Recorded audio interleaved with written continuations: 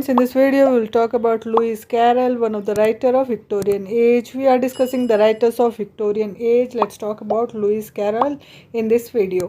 And let's start about his life. He was born in 1832 and he was died in 1898.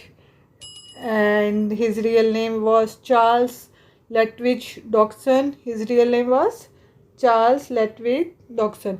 तो कई बार real name दे देता है और confuse हो जाते हैं हम ऑप्शंस में। तो रियल नेम जो है और उन्होंने जो नेम यूज़ किया है लुइस कैरोल, तो याद रखना होता है एग्ज़ाम पॉइंट ऑफ व्यू से। कई बार कन्फ्यूजन के लिए दे देते हैं कि कौन सा उनका रियल नेम है और कौन सा उनका सुडोनिम है।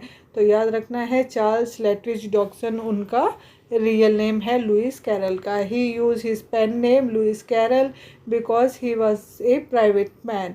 तो वो पेन नेम यूज़ करते थे Lewis Carroll and he don't want that people came to know his real identity. वो नहीं चाहते थे कि लोगों को उनकी रियल आइडेंटिटी पता चले। He was always inspired to write about logic. तो हमेशा लॉजिक पे ही लिखते थे and he spend a lot of time researching about animals. और वो काफ़ी अपना समय यूज़ करते थे रिसर्च करने पे एनिमल्स के बारे में। तो स्टार्ट करते हैं उनका work without getting late. Let's start. The first work is the one of the famous work is Alice in Wonderland. Alice in Wonderland, and it was published in 1865 and this is best example of literary nonsense genre. तो ये एक best example है literary nonsense genre का। and in this he talks about several things like a poem.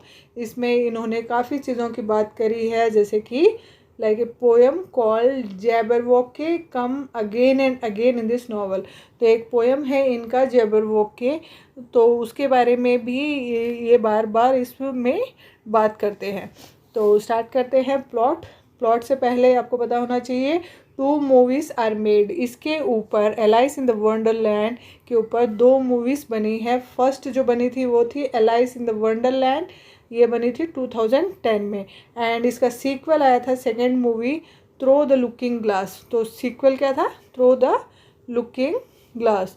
तो ये इसका sequel था। तो ये चीज़ें आपको याद रखनी है। जो वीडियोस आपको मिल रही है वो सिर्फ एग्ज़ाम पॉइंट ऑफ व्यू से है। जो एग्ज़ाम में जिस टाइप से आता है उसी टाइप से क्वेश्चन है, जो इम्पोर्टेंट है वो सब कुछ इसमें है। आप 20 पेज का पढ़ो या फिर ये 5 स्लाइड पढ़ो, बराबर है। तो इसमें आप बिल्कुल भी डाउट ना करें कि भाई जो भी आएगा घुमा फिरा के क्वेश्चन इन्हीं में से आएंगे। तो आप इतना पढ़ लेंगे तो वो इनफ है आपके लिए। तो इधर उधर भटकने से अच्छा है कि आप अपना फोकस करें। अभी हमारी 173 वीडियो चल रही है ये, और आप सोचिए कि अभी तो काफ़ी पोर्शन हमारा बाकी सिलेबस बचा हुआ है।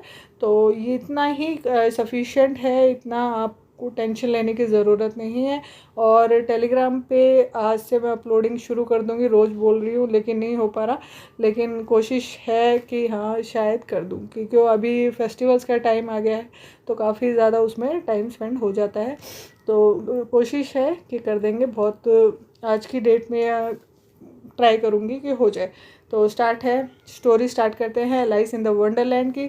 The story begin when Alice है ALICE, Alice is reading a book. जब एलाइस एक बुक पढ़ रही है and she has a dream, और वो सो जाती है और वो सपना देखने लग जाती है। And in that dream she is in the place where there is a rabbit. तो इस ड्रीम में वो एक जगह पहुंचती है जहाँ पे एक रैबिट है, खरगोश। And rabbit goes down the hole, और वो एक होल में घुस जाता है। And she also gets down in the hole, तो वो भी उसके पीछे पीछे पीछे पीछे उस होल में घुस जाती है।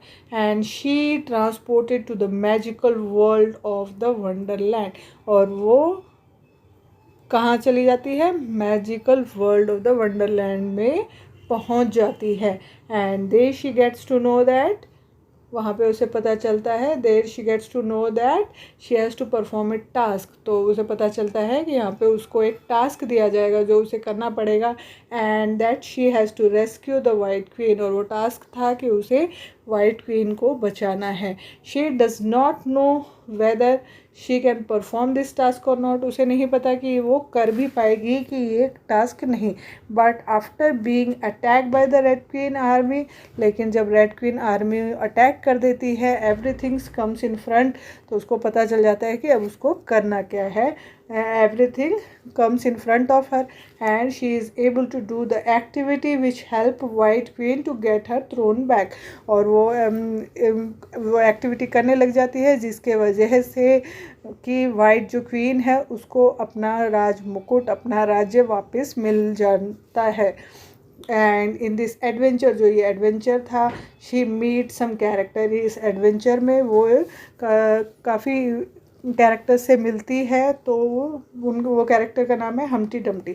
हम बचपन से सुनते आ रहे हैं Humpty Dumpty set on the wall, तो ये जो है राइम तो आपको याद रखना है। हम्टी डम्टी नाम का एक कैरेक्टर इसमें आता है, तो क्वेश्चन आ सकता है कि हम्टी डम्टी कैरेक्टर किस में अपीयर हुआ था, तो ये याद रखना है हम्टी डम्टी, मैड हैटर और रैबिट, ये 3 कैरेक्टर्स इसमें आए थे। शी मेड सम कैरेक्टर, कौन, एलाइज मिलती है इन कैरेक्टर्स से, तो आपको ये याद रखना है, बहुत इम्पोर्टेंट है। तो ये चीज़ें इसमें याद रखनी है, बहुत सारा याद रखने से अच्छा है कि आप इतना ही कर ले, बहुत सफिशिएंट से भी सफिशिएंट है।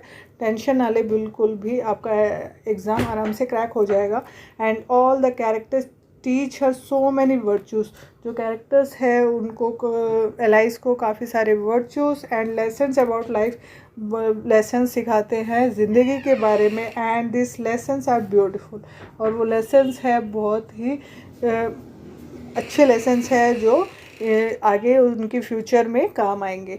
तो नेक्स्ट वर्क स्टार्ट करते हैं। नेक्स्ट वर्क है through the looking glass, through the looking glass and it was published in 1871। ये publish हुआ था 1871 में, and full title is through the looking glass and what Alice found there। through the looking glass and what Alice found there, this is the subtitle। Full titles याद रखने हैं, ignore नहीं करना है। और इट इज़ ए सीक्वल, ये sequel है किसका, एलाइस इन द वंडरलैंड का ये सीक्वल है। And it has got a lot of nonsense poem, इसके अंदर काफ़ी ज़्यादा नॉनसेंस पोएम है। इंग्लिश लिटरेचर का सबसे नॉनसेंस पोएम जॉबरवॉकी भी इसी में है। लॉट ऑफ नॉनसेंस पोएम्स, उसमें से Jabberwocky, the Walrus and the Carpenter, Tweedledum and Tweedledee, and this 3 poems we find in this book. और इसी बुक में ये तीनों पोएम हम देखने को मिलते हैं, तो आपको याद रखना है, ये भी बहुत इम्पॉर्टेंट है इस लुइस कैरोल के पॉइंट ऑफ व्यू से, एग्ज़ाम पॉइंट ऑफ व्यू से आपको ये याद रखना ही रखना है। द नेक्स्ट इज, इसमें हम ये कौन से Jabberwocky, the Walrus and the Carpenter, Tweedledum and Tweedledee, ये तीनों पोएम्स हमें याद रखने हैं। इस बुक में हमें ये तीनों पोएम्स के बारे में पूछ लिया जाता है, इसलिए इम्पोर्टेंट है।